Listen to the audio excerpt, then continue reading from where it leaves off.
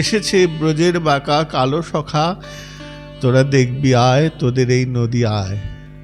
আজ তার রং ফিরেছে, ঢং ফিরেছে, চেনা বড় দায়। চেনা যাচ্ছে না। চিনবে কি করে? সব চেঞ্জ করে দিয়েছে, সব পরিবর্তন করে দিয়েছে। কিচ্ছু নাই, কিচ্ছুটা নাই। বলে কিছু নেই, বলে কিচ্ছু নাই, কোনো কিচ্ছু নাই।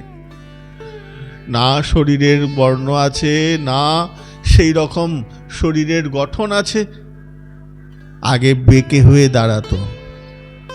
বাঁকা ঠাকুর আমার, বাঁকা ঠাকুর ত্রিভঙ্গ মুরারি, তিনটে জায়গায় ভাঙা। সব কাজ তার বাঁকা, তার কাজ বাঁকা, তার ব্যবহার বাঁকা, তার প্রেমটাও বাঁকা। বাঁকা ভগবান। ওই বাঁকা ভগবানকে আমরা খুব ভালোবাসি, কিন্তু আমাদের ভালোবাসা ওই সোজা ঠাকুরটাকে। গৌর সুন্দর আজ তার রং ফিরেছে, ঢং ফিরেছে, চেনা বড়তা।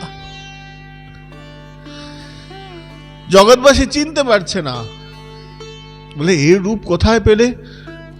ওই রাধারানীর চরণ ধুলিকে আশ্রয় করে গুরু রূপে বরণ করেছে তো।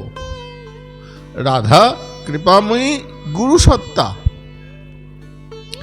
গোবিন্দজিউ রাধারানীকে গুরু রূপে বরণ করেছেন। গুরু রূপে বরণ না করলে পরে ওই প্রেম, ওই ভাব, ওই কৃপা শক্তি, গোবিন্দের এত কোমল কৃপা শক্তি নয়, কঠিন কৃপা শক্তি। রাধারানীর হচ্ছে কোমল কৃপা শক্তি।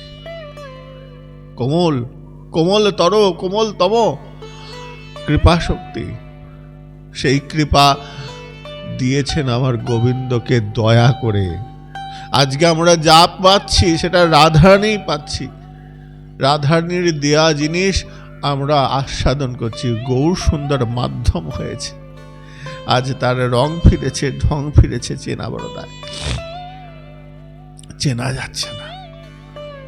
গায়ের বর্ণটা পরিবর্তন হয়েছে, শুধু তাই নয় গো, তার ব্যবহারের এক আমূল পরিবর্তন। এখন আর বিচার করে না, ভালো মন্দের বিচার নাই।